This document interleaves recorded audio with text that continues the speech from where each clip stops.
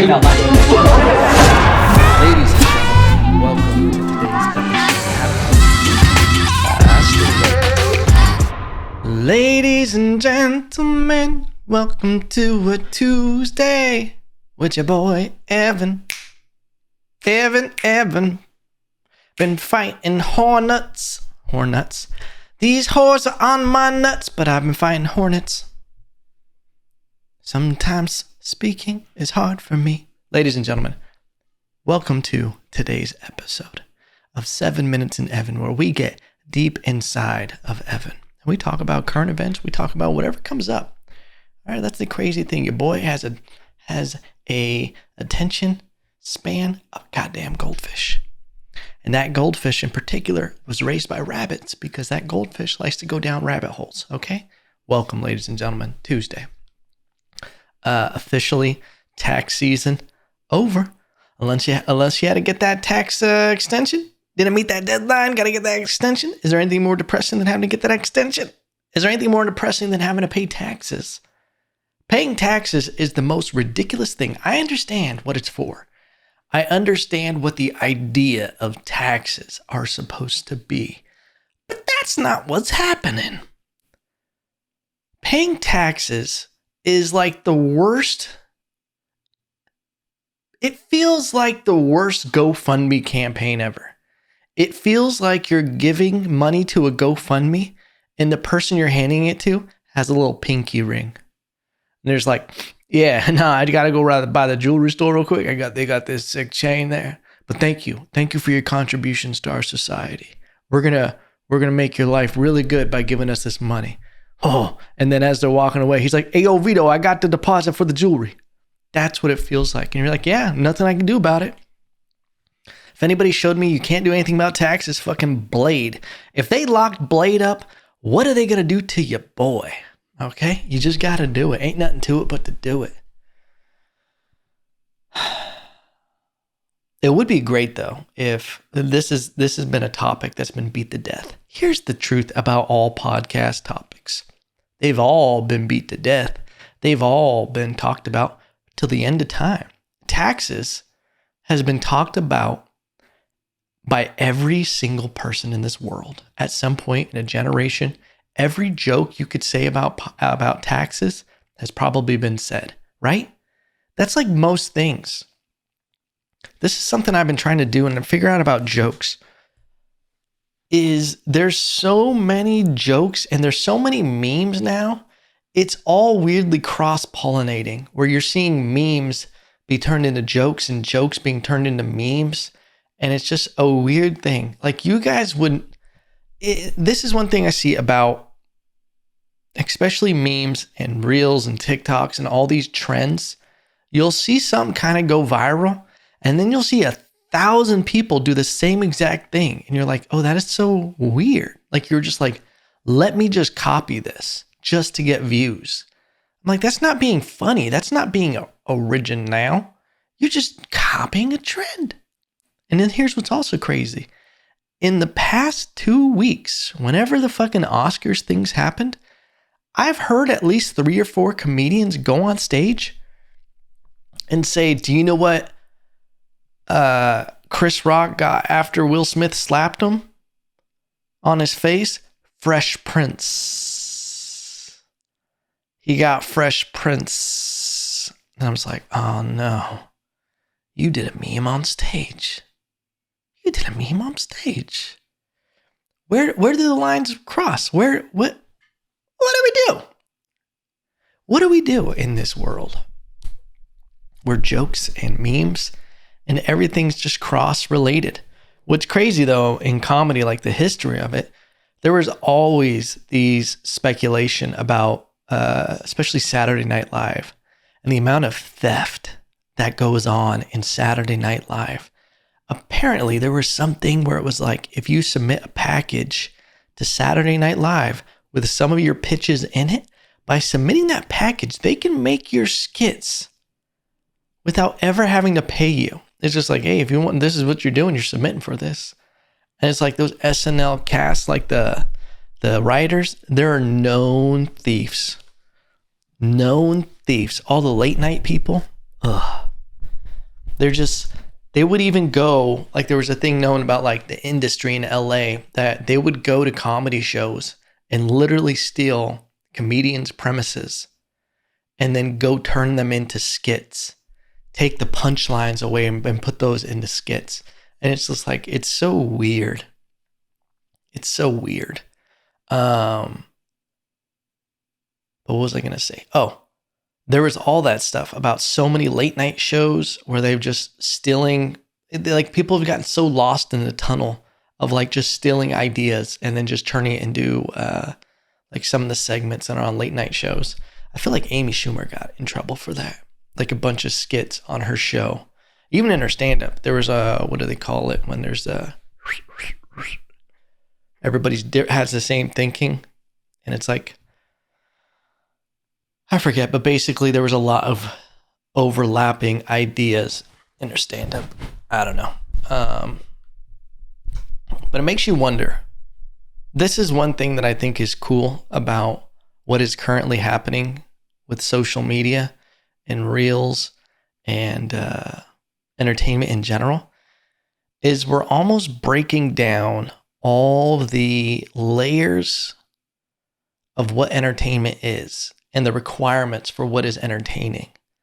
I feel like back in the day, it was all about production value. It was all about, this needs to look professional, it needs to sound professional, it needs to be this. But then it's like, now we're at a point with entertainment where like, if it looks too professional, we don't fucking want it on a regular basis of the kind of content that we consume, which is weird because it's like, are people changing? Or is it just like, we allow ourselves to do the scrolling kind of content because it's not telling us that, hey, we're sitting down for a Netflix binge. We're not committing to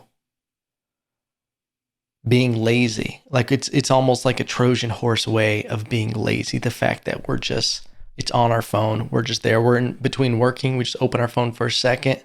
All right. And we're scrolling for 10, 15 minutes. Rather than if you were just like, you know what, it's the middle of the day, I'm going to sit on the couch and watch Netflix. But you're like, I feel like from a productive standpoint, you just feel like a piece of shit. But you're like, nah, I can go on YouTube and just watch a video while I'm eating lunch. It's my goddamn right as American. But if I was like, let me just open up HBO Max and watch an episode of something, I might feel more guilty. Anyway, just wanted to brain fart that for you guys. Moving on, ladies and gentlemen. Taxes. I hate them. And the only reason I hate taxes is because I don't know where any of it's going. And I don't really believe that it's going anywhere good. It's just so inefficient, you know? Again, we're just going to talk about ideas that have been said 1,000 times. It's so inefficient with everything that you're spending money on. Like I just sent out a check for taxes and I'm like, I'm not going to see anything from that. There's not going to be any real maintaining in the roads and blah, blah, blah, and all of this. And like,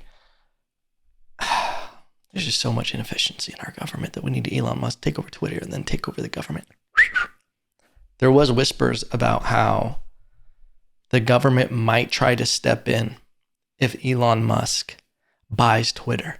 Because if you think about it, if Elon Musk really bought Twitter and tried to create a platform that was actually for free speech and we couldn't censor and we couldn't sway the narrative, it could literally change the trajectory of our country. Like, think about how powerful it was for Trump to be on Twitter.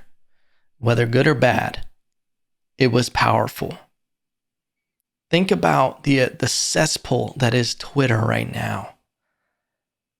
It's terrible, but there's so many flooded accounts. And I heard an idea about what Elon Musk wanted to do. There are so many fake accounts on Twitter, so many fake ones. That make you think that these are like, what are they, the Russian bot farms and everything that even industries create them. There's been so much of that. Listen, when you do anything on social media and entertainment, you get approached by companies. I have companies reach out. I have bots reach out because I'm like, this is even a real person who's trying to solicit me. reaching out for you to try to get you more followers, get you more of this. And they want you to either buy followers or they want you to do something to where we're like, yeah, we have accounts that will comment and do all this stuff on your stuff. And I'm just like, that's so weird. So I only signed up for like 5 years, you know? But basically, Elon Musk's idea is that he wants to eliminate any kind of shit like that. And what he wants to do is create a Twitter where you have to be verified in the sense of anybody can apply for a blue check mark. It's no longer like a celebrity status thing. It's just a real person thing.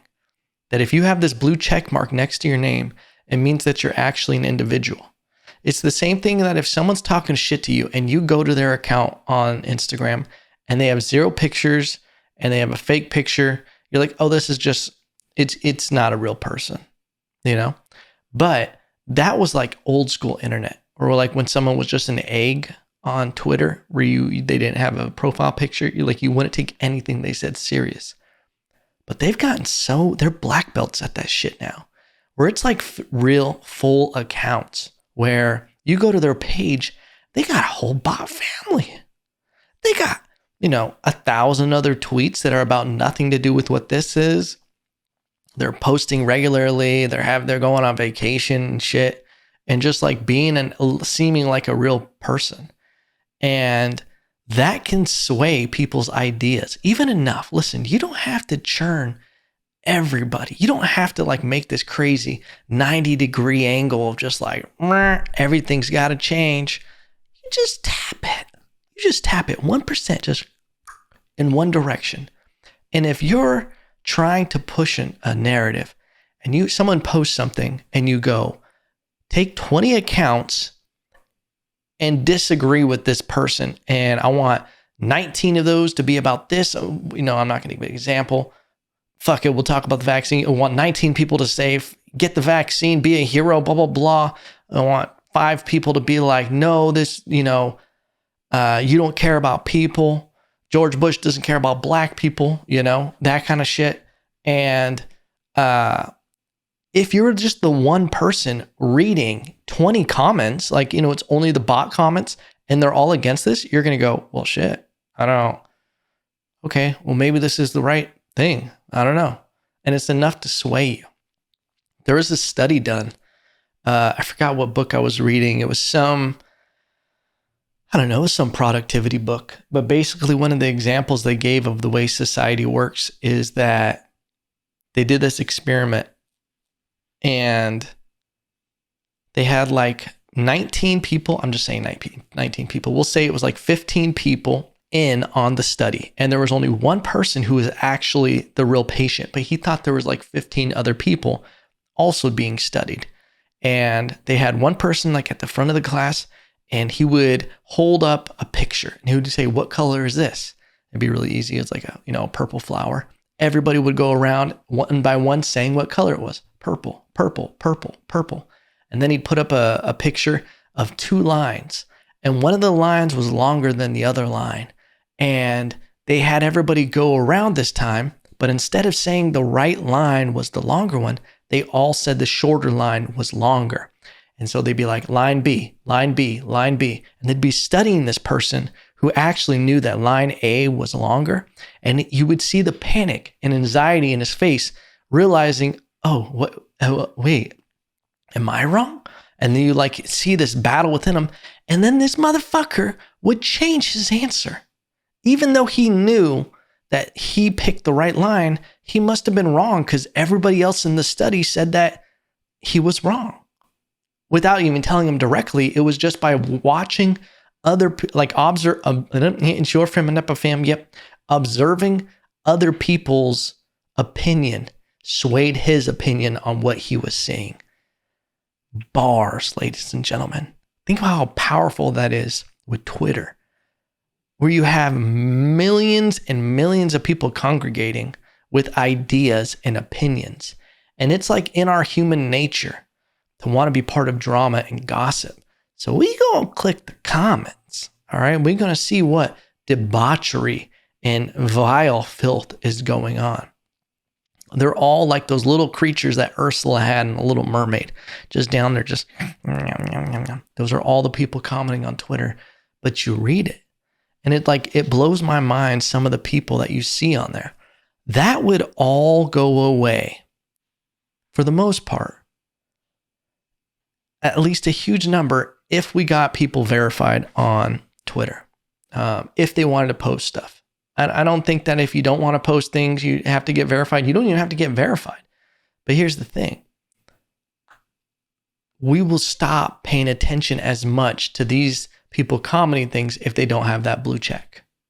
I feel like that would be the way to do it, is try to eliminate the ability for manipulation as much as possible. It's an interesting thing when you start breaking down social media in general with algorithms. Algorithms can help some things, and algorithms can hurt other things. Genius, Evan. Just saying the most basic ideas.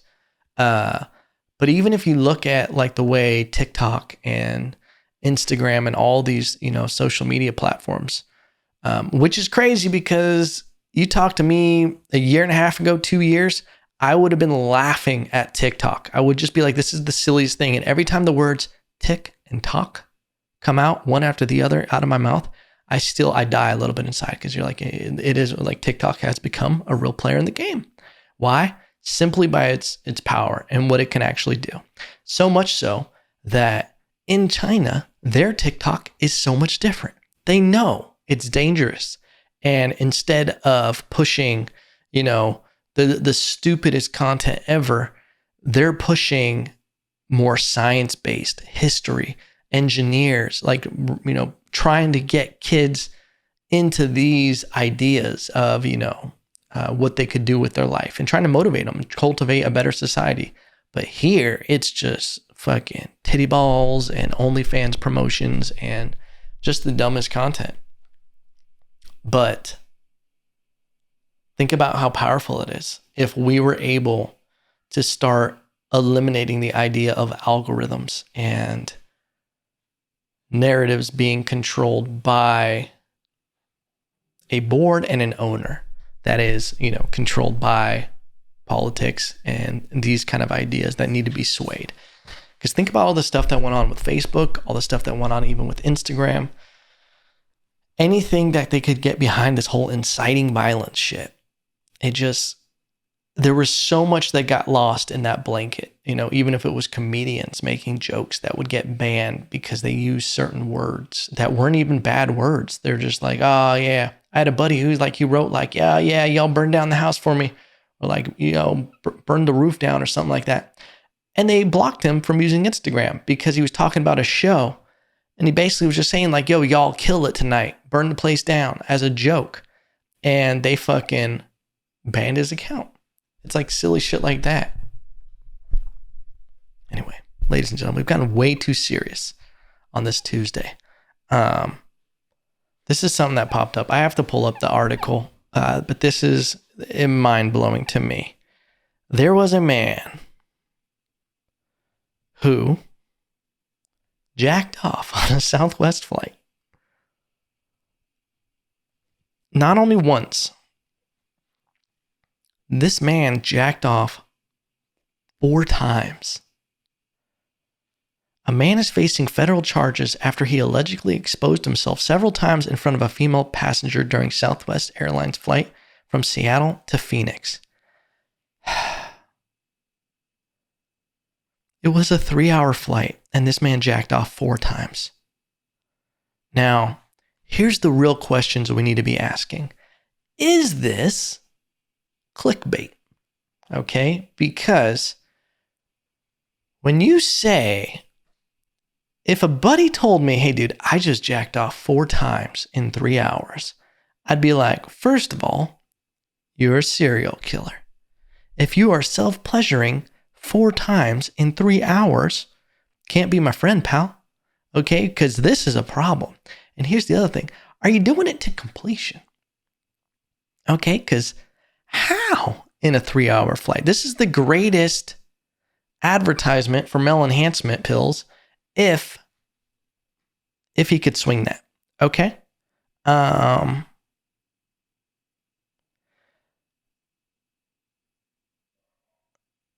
The man claims that he knew the woman could see him, but claims she put her hands in the air and told him it really doesn't matter if he masturbates, which he thought was kind of kinky. Dude, if she really said that, he's off the hook. Because then you're just being rude if she said it didn't matter, and now he's being reprimanded for this. Could you imagine that? You're on a flight and the guy next to you starts jacking off. I couldn't, that would be the craziest thing. In a 3-hour flight, listen, you jack off next to me once, I get it, pal. Sometimes flying, you get nervous. You got to relieve some of that anxiety. I'm going to let you jack off within the first 30 minutes once. Okay? Once you clear the pipes and you're sitting there, you just fall asleep. Okay? Because if you don't, if you weren't doing it for that, now you're just an asshole. Okay? And if you dare go back 30 minutes later and start doing it again, disrespectful. I can't imagine 4 times. What do you do in that position? I once had there was a guy, and that's the thing, weird things like that, you don't know what to do. People always like to pretend like they know what to do in that situation. They're like, dude, some guy fucking starts jacking off next to me, I'm gonna break his dick off and put it in the fucking overhead storage. No, you're not. You're gonna do what most people would do and just sit there uncomfortably and being like, stop.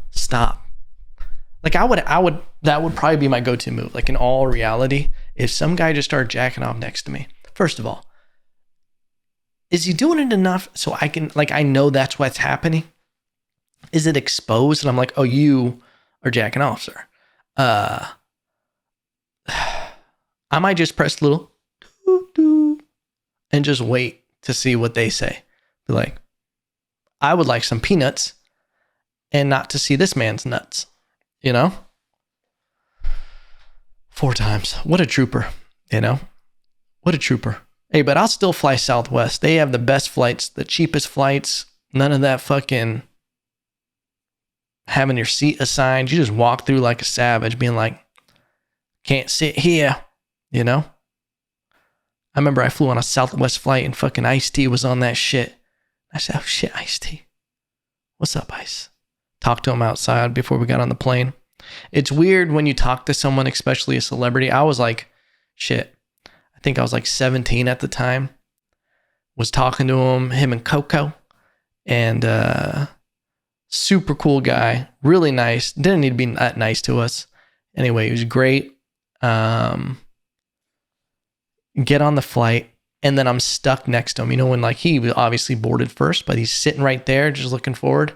I'm standing right next to him and I don't know what to do.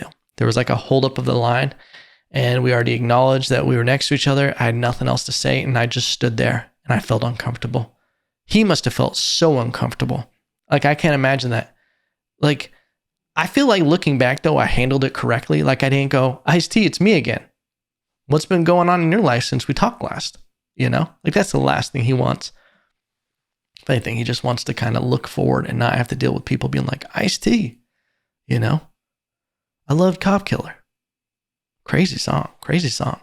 But this is something else that happened that was completely nuts.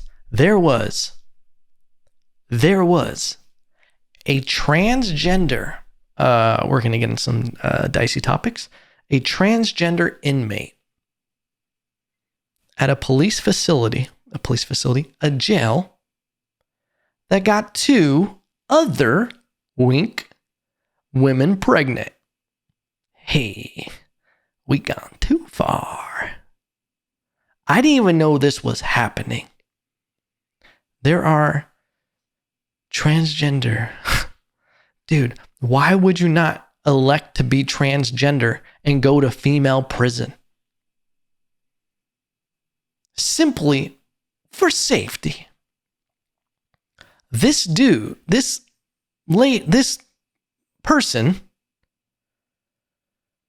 what jailhouse was just yeah, this works for us. This is okay. We need to actually figure this out. The actual facts of this.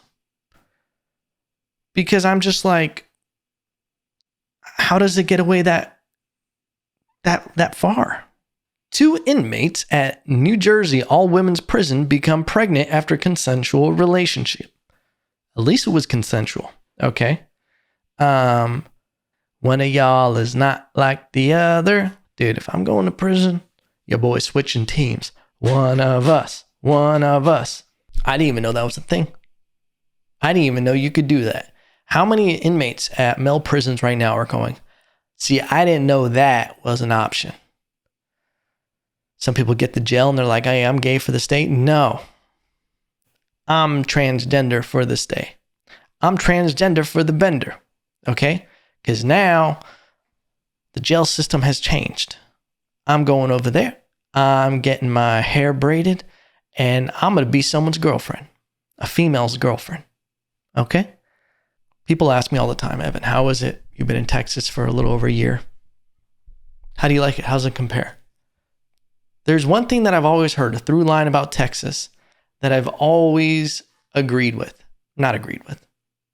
I've always heard, and it's 100% true. The Texas bugs do not play out here. Okay? The Texas bugs will fuck you up. Okay? I don't know if you've listened. Listen, this is a sanctuary for June bugs. I love me some June bugs, okay? They hide out. I got crickets. I got June bugs in the garage. Say, hey, little friend, stay for a while. You're safe here. Give them a little bit of water, little cricket fucking food bar, you know? I was trying to think of those little fucking fiber bars Cliff bars that give you fucking farts. Never eat a Cliff bar before you're going to go jump rope. That's what I always say. Anyway. The wasps and hornets out here are so goddamn big. And they're aggressive as fuck. Do you know what they are out here? They're fucking red. Like, these are Republican hornets out here. Okay? And they're angry too. And it's almost like they know when people aren't originally from Texas. They know if you're from California. And they're just like, don't California my Texas. And they will literally start building hornet nests. They don't give a fuck. They're like, this is my property now. I posted a clip. Fighting for my fucking life. I'm out here fist fighting hornets. All right? Just mano a mano. They're trying to fucking swoop down on me and shit. It's not fun. I'm out here fighting for my life. People think it's a joke. Swinging for the fences out here. Okay? Shit's getting wild out here. The bugs in Texas, they are bigger. But you know what also is better out here? The liberty. The liberty. Texas is the greatest state. There, I said it. For right now. Okay? Because your boy does have fantasies. Fantasies of living somewhere near a river with the mountains and trees. And I want to be out there fucking trout fishing down a river. Bringing them in for supper, you know? And I long for that. I long for that. The balance of hustling and working and doing hard work and doing what I want to do and achieve goals, but balance it with the experience. I feel like people don't do that enough, where they live their whole life, where they're just after this thing. They're just grinding. They're just working so hard just to get to this place that they're never going to get. I realize that's like something that I need to adjust, is that I need to stop always being focused on getting to the next place of doing this. Once I have this, then it will be this. And it's something that I feel like I constantly have to remind myself. Is like, it's all you have is the journey, brother. Because it's just going to end the same. So you got to figure out a way to enjoy this shit all the time. And that's what I'm trying to learn. Okay? I don't know where it got beat into my head or why this idea of you just grind and hustle. I've been doing that since shit. I feel like I've just been doing that since I was like 16, where I was just always working, always grinding, you know, where it's like once I get somewhere else, like that's all you do is you just work. I think it's a Hispanic thing, you know? Not saying that other people don't work hard, but it's like this mindset that's put into people. I'm just like, if you're not working, then it's a negative thing. At least that's where I probably get it from. But it's just finding the balance. I just want to create a good life because I think coincidentally, you start creating better stuff with work when you're happy, when you're doing things that you actually enjoy, rather than always just grinding and revving the engine. You know what I'm saying? You know what I'm saying, baby?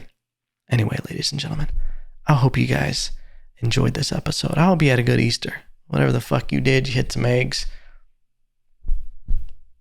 I don't know what people do. I'm at that point in my life where I'm in between lives. You know, I'm just doing my thing. I'm in between. I don't enjoy these things because I'm like not a kid. I don't have like, like I'm not doing that anymore. And I'm also at this point where I don't have kids yet. So I'm in this state of purgatory where it's like Easter to me. It's just fucking Sunday. All right. But ladies and gentlemen, I hope you enjoyed this episode. Don't forget to like, comment, subscribe, whatever you cool cats and kittens do. And I'll see you in the next episode. And remember, no matter what, I still love you.